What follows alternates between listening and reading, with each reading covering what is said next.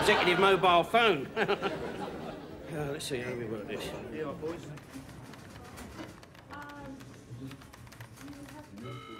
The technology of the mobile phone has quickly developed from a bulky single-purposed handset, once confined to members of a wealthy class, to ultra-thin multifunctional devices, reaching across class, race and age, and a device today held by individuals in all corners of the world.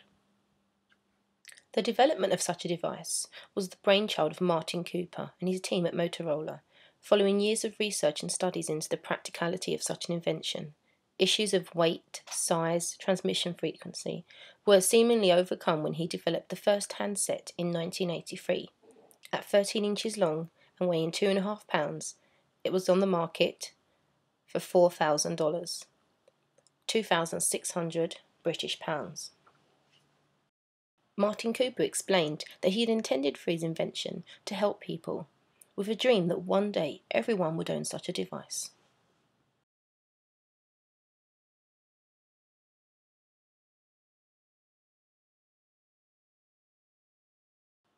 Just over 30 years later, and we are well on our way to fulfilling his dream of worldwide ownership of such a device. With a world population of approximately 6.5 billion people, 2/3 of whom now own a mobile phone. Satellite signals and decreased manufacturing costs have brought us to the current place of the mobile phone as central to society.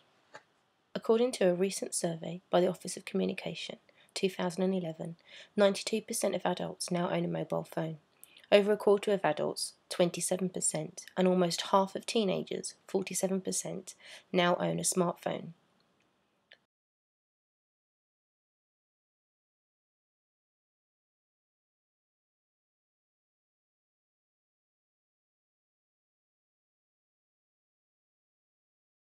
The expanding size of the screens and the introduction of functions such as texting, network messaging, games, calendars and clocks have made this device a converged piece of media. But it is the functions which allow the individual to capture and create which I am interested in exploring. Mark Prensky describes the young generation as digital natives, individuals for whom this new converged pocket technology is undaunting and in fact natural. I wish to explore to what extent the digital natives are creative natives, and if the technology in their pocket encourages creative practice in them. Almost half of those asked in Ofcom's 2011 survey said that they used the video camera function and stills camera function on their phone often. But to create and capture what? I wonder if perhaps these digital natives are so comfortable with the technology in their pockets that they lack the ability to seek creative potential. It is undisputed that mobile phone video footage and pictures have become more and more acceptable as a window of information, used not just to capture memories for personal consumption, but indeed moments which are then shared by millions, and more often now as an essential and immediate tool in capturing authentic footage of events such as natural disasters and war zones. The video and camera function has undoubtedly contributed to the creation of a participatory culture. Amateur video captures the moment audiences began to flee the Aurora Mall Theatre in Denver, Colorado, as a gunman opened fire during a Dark Knight Rises screening. So when exploring how technology and its functions can evoke creativity in individuals, we are faced with the theoretical debate of technological determinism. Can the definitive changes in society be pinned down to technology? Buckingham identifies the young generation as being one embodied by technology.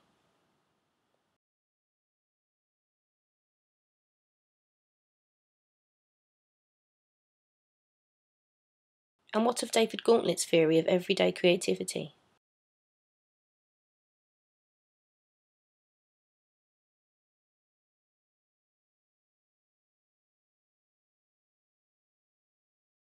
To explore this idea further, I have focused on a group of young people, 65 inner-city youths aged between 16 and 18, the very digital natives that Prensky appoints a familiarity and fluency with technical skills to.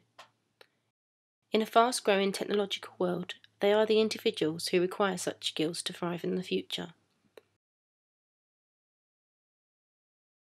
do they use these skills, and particularly the increased functionality of the devices in their pockets, to create anything that could be deemed creative practice?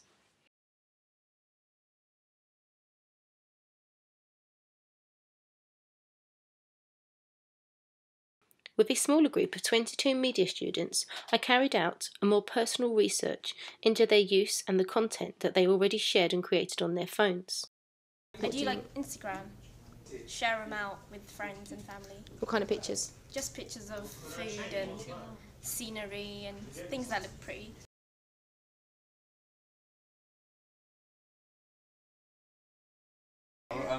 I recorded a little while ago playing a song on guitar, but it doesn't sound that good on a mobile, so I ended up deleting it. Yourself?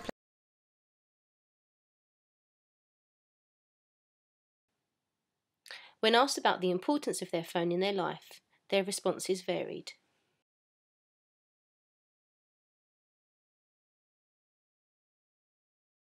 Mobile phone would be rather quiet and slightly more boring. Where is my phone is important because I always need to contact my dad. That's why. Life without my phone. Probably boring, being one, a lot more active because I'd have to actually go out and see people. My phone. I would go mad. Students also shared with me a seemingly mobile created piece of viral footage, which I later researched and found to be the result of viral marketing of Fox Entertainment. Hey, lady, yo, bye. Don't come, you gotta bite. Hey, no, no, no, no, no, no, no. Come on, you win. Come on, ah!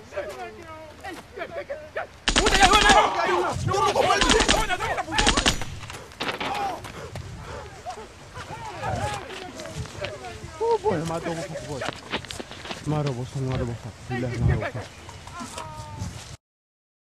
This led me to investigate further the use of seemingly authentic mobile footage as viral marketing for this young generation of mobile users. Quick, get in there!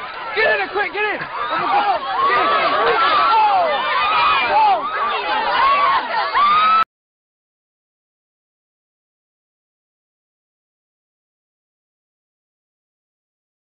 So my research led me to the conclusion that mobile footage, or at least what appeared to be mobile footage, was more commonly being used in advertising, news, and even had its own genre of film, with festivals and competitions. People were using these devices in their pockets to capture and create. But from the content that the young people I asked shared, I was yet to be convinced that they used their devices for creative production practice. So as my final piece of research, I set the young group a mobile phone only task. Taking into account Gauntlet's idea of self-expression as an importance in creativity, I devised a task for the group which I felt had very little restriction. Make a short video which represents yourself, using only your mobile phone. Be creative.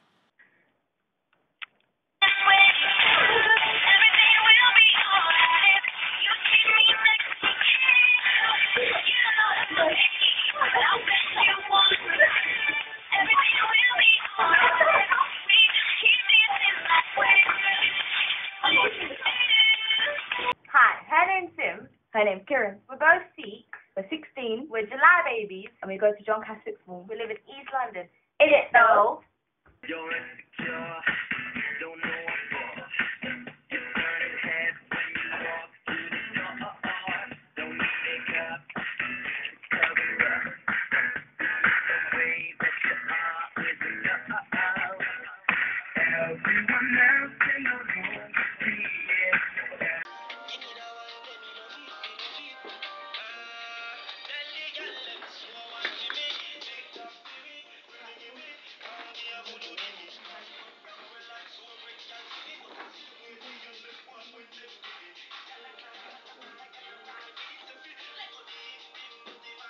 I was disappointed with the outcome of the task, as I had expected a far more creative outcome from my group of media students. Upon closer examination of their evaluations, my views were altered slightly. Did the justification in the way they explained their decisions make their work more creative? The concept of everyday creativity is debatable. Is actively capturing the same as everyday creativity?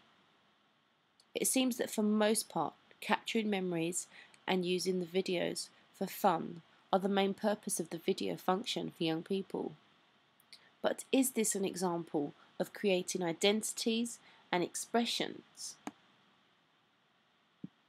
And can this be deemed creative practice? You're able to capture every moment, and when you watch it, it's like you're reliving the moment. People take videos for memories. What type of memories? I got like videos of my cousin coming out of prison, like What the? Yeah, Change your head back, Loogie. This has certain advantages. What advantages? Hello?